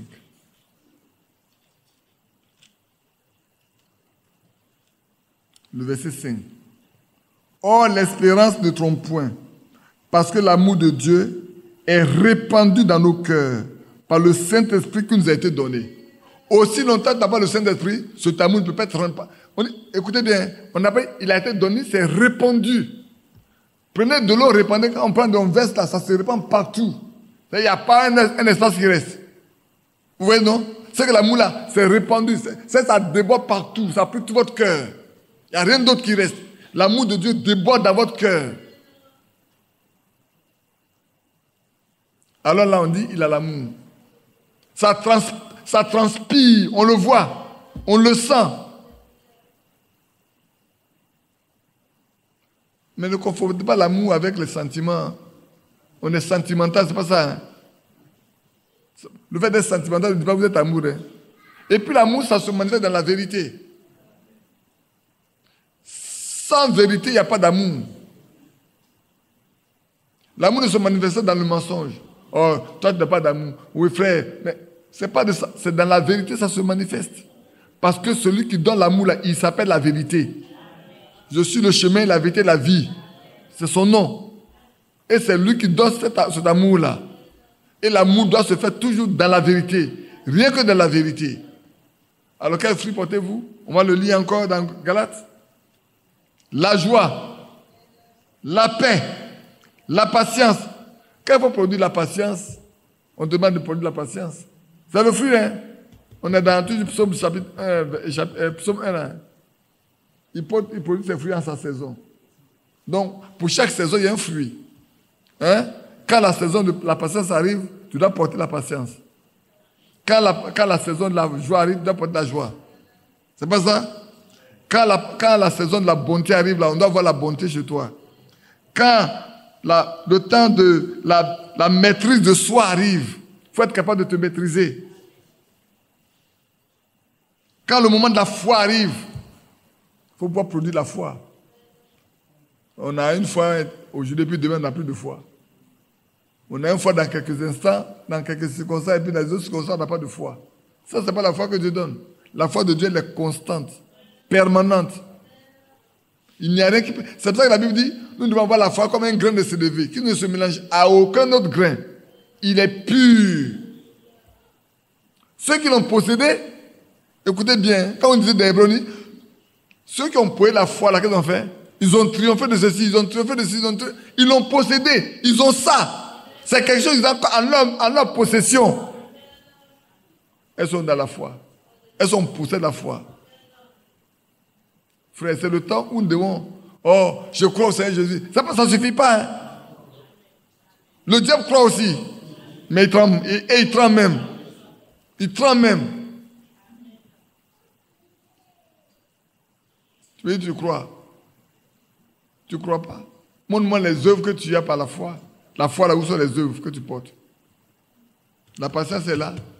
L'amour est là. La joie est là. La bonté est là. Non.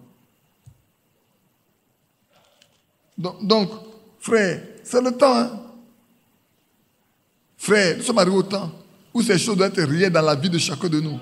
Nous sommes arrivés au temps où quand on nous voit là, on doit voir ça permanemment. On prend une sœur, quand on regarde, on dit vraiment ça c'est une chrétienne. Oh là là, c'est une chrétienne. Elle est bonne. Elle a une grande bonté. Elle est patiente. J'en parlais. Il y en a qui ne sont pas passés avec leur mari. Maintenant, ils ont commencé à apprendre à être passés avec leur mari. Et les maris ne sont pas passés derrière leur femme aussi. Et apprenez à être passés avec votre femme. Hein? On en a parlé un peu la fois dernière. On va continuer. Hein? On n'a pas encore fini.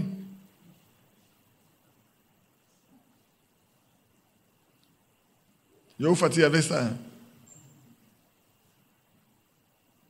Pour que ceux qui ne sont pas encore mariés aussi apprennent en même temps. En attendant de se marier. Yapi, je te dis qu'on t'attend où là-bas. Hein?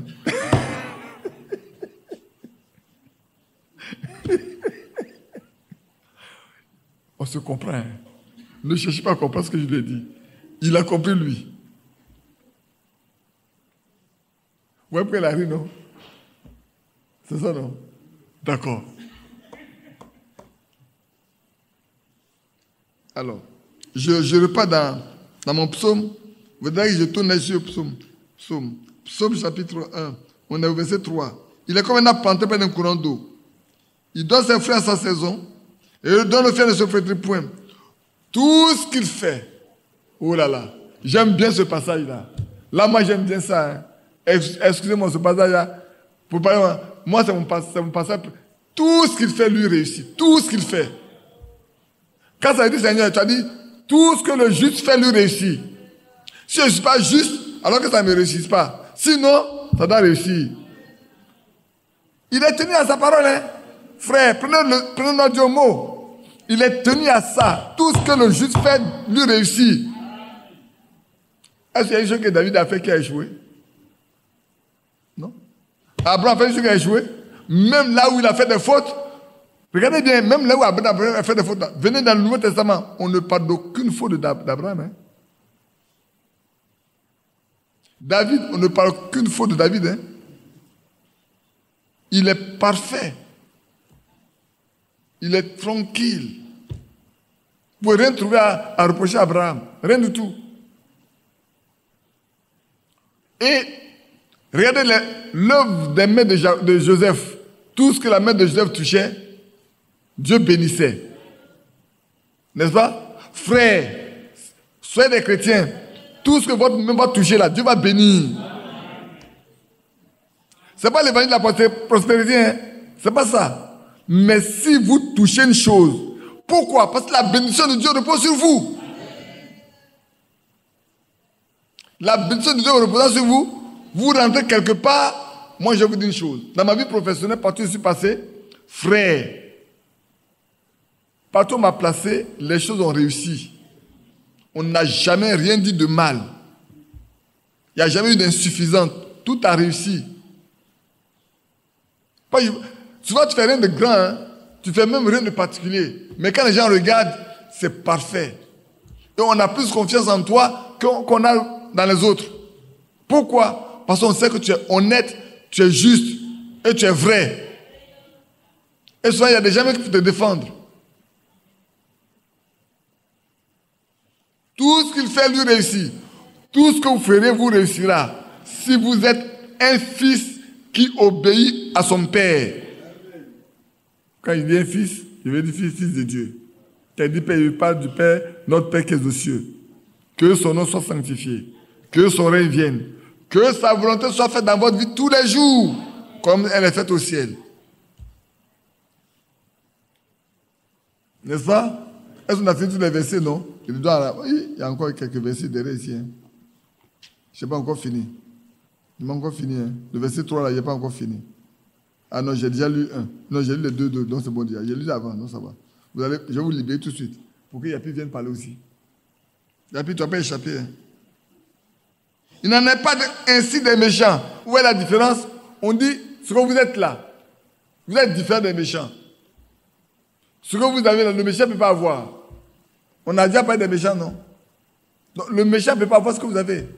Donc ne vous comportez pas comme des méchants. Si vous vous comportez comme des méchants, vous n'aurez jamais ça. Comportez-vous comme des saints, afin que Dieu vous bénisse. Et que tout ce que vos mains touchent, ce soit béni. Vous serez l'objet de beaucoup de jalousie. Hein? C'est vrai, ça je vous dis la vérité. Les gens vont vous envier. Quand ils vous envient net, quand ils disent qu'ils sont chrétiens, c'est que l'amour n'est pas là. C'est faux? Quand tu envies net là, c'est que l'amour là n'est pas là. Parce que là, dans 1 Corinthiens 13 là, on dit n'est pas envieux. Frère, c'est important. Hein? Souvent on ne comprend pas, mais les versets sont liés. Quand vous prenez un verset, si vous le comprenez bien là, vous les mettez, ils sont liés, comme ça, comme une grappe. Comme une grappe, on dit, non? C'est une grappe, pas un. Une grappe de fruits, non? Voilà. Même si c'est contre l'argent, c'est pas grave.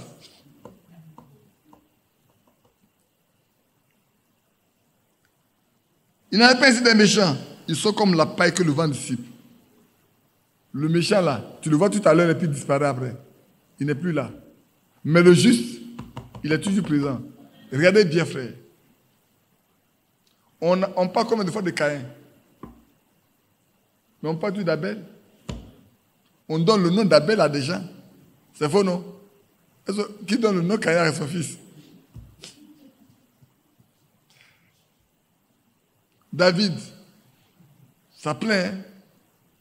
C'est faux? Jérémie, il y en a plein. Hein? Élie, il y en a plein. Hein? Élisée, il y en a plein. On s'en souviendra toujours. Mais les méchants là, ils disparaissent. On n'en parle plus du tout. Qui a donné le nom de Jézabel à sa fille? Et Akab.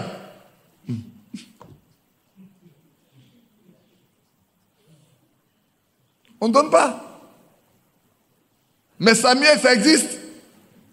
Les Samuel, il y en a plein. Hein? Les Nathanaël, il y en a plein. Les Pierre, les Paul, les Jean, les Timothée. Judas.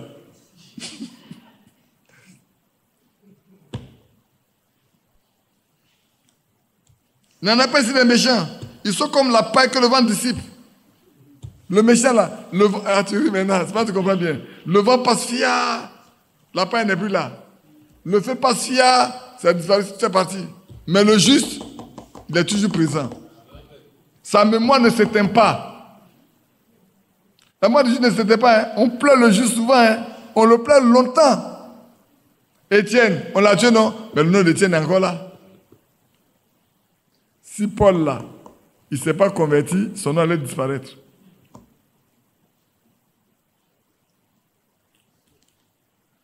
Ouais. Non, Saul a disparu. Saul le tueur a disparu. C'est Paul qui est resté. C'est pourquoi les méchants ne résistent pas au jour du jugement. Frère, écoutez bien. C'est tellement important. Quand quelqu'un est méchant, au jour où il y a un problème qu'on s'assoit, il ne peut pas résister parce que la vérité triomphe toujours. Le mensonge est là. Il peut courir comme les gens, le mensonge court vite, hein. Mais quand la vérité le rattrape là, il disparaît en même temps complètement. Le mensonge ne peut pas durer toujours. C'est ainsi le méchant. Il ne dure pas.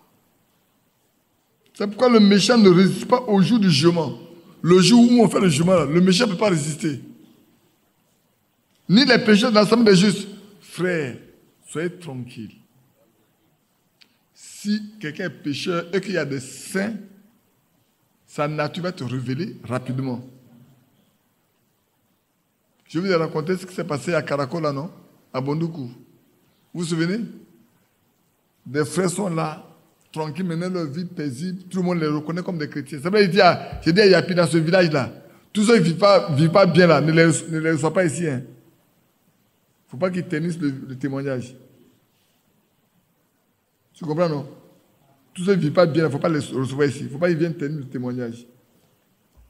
Alors, il y a un jeune là qui vient aller se joindre aux frères de Caraco. Et puis un vieux l'a regardé, et jeune homme, viens. Il dit, il faut pas aller là-bas. Il ne faut pas aller gâter le nom de ces gens-là. Tu ne peux pas faire ce qu'ils font là. Il ne faut pas aller gâter leur nom. Vous voyez, non? C'est un vieux qui a tenté de défendre les autres. Tellement leur témoignage est bon qu'il ne veut pas que toi, tu ailles salir leur témoignage. Frère, c'est important d'avoir un très bon témoignage, être un chrétien. Je vais vous dire une chose. Le chrétien, ce n'est pas ce que fait de venir à l'église. C'est quand on est converti dehors qu'on va à l'église. Ce n'est pas dans l'église où on est converti. Hein. On est converti dehors. C'est-à-dire que quand on te parle de Dieu dehors, là, que ton cœur est gagné, et que tu prends l'engagement de suivre, alors tu viens t'asseoir pour qu'on t'enseigne.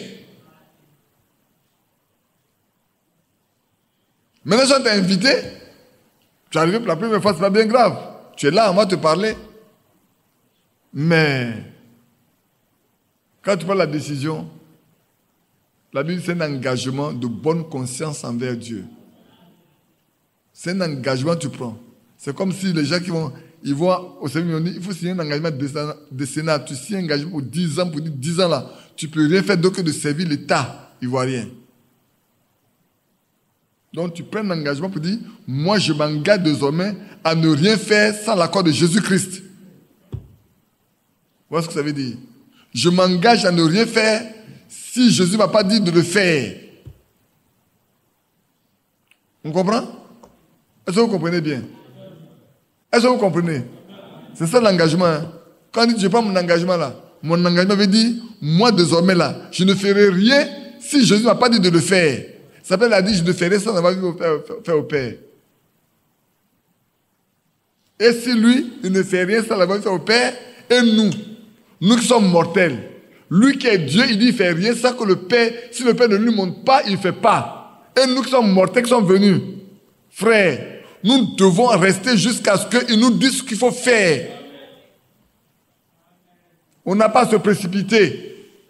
De toute façon, sans lui, on ne peut rien faire. Notez ça. Sans lui, vous ne pouvez rien faire. Donc, vous devez rester jusqu'à ce qu'il vous dise qu'il faut le faire pour partir. Et puis, tu as compris? Même si on te pousse un peu, mais il ne faut pas courir. Hein. Tu as compris ce qu'il a dit? Non. Même si où on te pousse par aller là. Il ne faut pas courir. Hein. Si du coup, tu as tombé. D'accord. Laissez ça, c'est un langage codé, lui et moi. C'est cet après-midi qu'on a commencé à parler de ça. Que Dieu le bénisse. Et puis, car l'Éternel connaît la voie des justes. Oh, là-bas, c'est beau. Hein? L'Éternel connaît toutes vos voies là. Si vous êtes des justes, l'Éternel connaît vos voies. Il sait par où vous allez passer. S'il y a des barricades, il y a des pièges devant, il balaie votre chemin avant que vous n'arrivez. Il ne laisse rien pour vous prendre au piège. Il balaie tout. Il balaie les ennemis sur vos chemins. Même quand l'ennemi vient vous affronter, c'est lui qui combat à votre place. Parce que vous ne pouvez pas combattre. Lui, il a déjà vaincu pour vous. Que Dieu vous bénisse. Vous voulez vous lever un peu? Vous êtes assis il y a longtemps. Levez-vous un peu. Oh, je l'aime. Oui, je l'aime. Parce qu'il m'a aimé et a donné sa vie pour moi à Golgotha.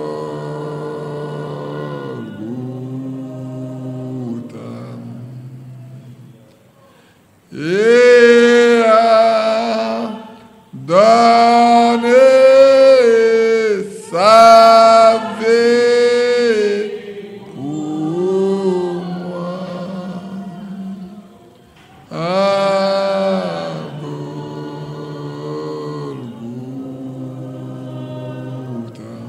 Oh, je l'aime, est-ce que vous aimez vraiment? Oh, je l'aime. Oui, je l'aime, parce qu'il m'a aimé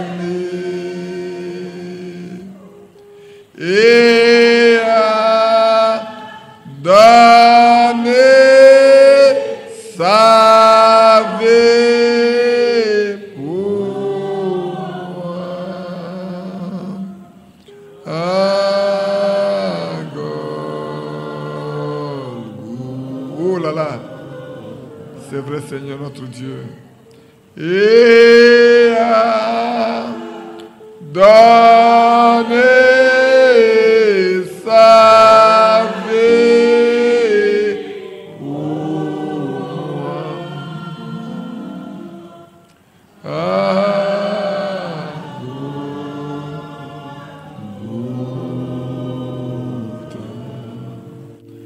Notre Père Céleste, c'est tellement vrai. Tu ne sais pas partir à Golgotha si je n'avais pas commis les pires crimes, les pires péchés. Si je n'étais pas aussi sale que tu l'avais vu. Mais c'était pour me laver, pour me purifier, pour me sanctifier, pour me sauver, pour m'arracher des mains de l'ennemi. C'est pour ça que tu es parti à Golgotha. Donne-moi de rester fidèle à toi. Donne-moi de marcher tous les jours avec toi. De ne faire que ce que toi tu veux. Ô Dieu, ô Père, donne-moi de t'aimer de tout mon cœur.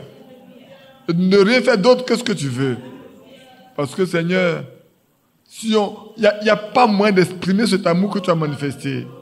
Rien. Même si on multiplie ça par des milliards, il n'y a pas une chose qui peut le représenter ici-bas. Venir mourir pour un pécheur comme moi. La Bible dit, à peine mourir pour un juste. Mais moi, quand je n'étais rien du tout, j'étais méprisable, sale. Oh Dieu, tu as pris tout sur toi pour me libérer. Tu as pris tout sur toi pour m'arracher de l'enfer, de la prison, de la captivité. Tu as tout pris. Tu as pris pour mon frère, tu as pris pour ma soeur. Oh, donne-nous d'être simplement attachés à toi. Et à toi seul.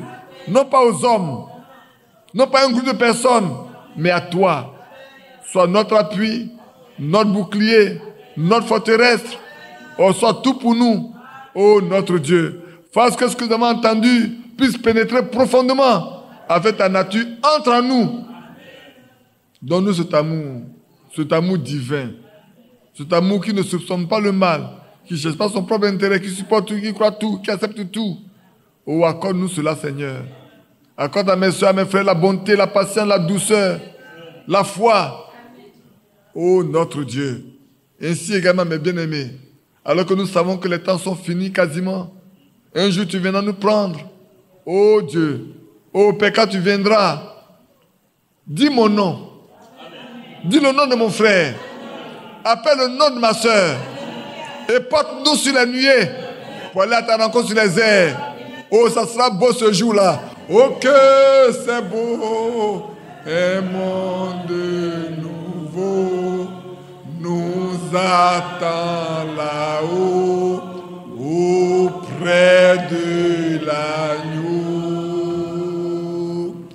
Christ notre roi, ce nous régnera, et dans sa douceur séchera nos pleurs. Sous son regard ayant notre part, à la joie du Maître, il nous fera naître. Ce sera vraiment beau, les noces de l'agneau, quand nous serons là-haut, là-haut, là-haut, là-haut. Oui, Seigneur, c'est vrai. Mais pour y aller, il faut que dès maintenant nous soyons unis avec toi. Nous formons un seul corps avec toi. Et tu as dit, c'est en étant baptisé d'un seul esprit Que nous formions un seul corps. Seigneur, souviens-toi de chacun de nous. Remplis de ton esprit. Que nous fassions un corps avec toi. Avec quand tu viendras, quand le cri, tu pousseras le cri, morts nous ressusciterons. Vivants nous serons transformés. Et en un clin d'œil, oh, nous te rejoignons dans le ciel. Oh, Père Tout-Puissant, où nous passons du temps avec toi. Pour toujours là où tu as préparé une place. N'oublie pas mon frère. N'oublie pas ma soeur. N'oublie pas, Seigneur, chacun de nous. Oh, garde-nous dans le creux de tes mains. Afin que quand tu viendras, nous serons tous prêts. Comme ce jeune homme qui a fait la promesse à cette femme, à cette jeune dame qui est venue la prendre. Viens nous prendre avec toi pour l'éternité. Au nom de Jésus-Christ. Amen. Que le Seigneur vous bénisse.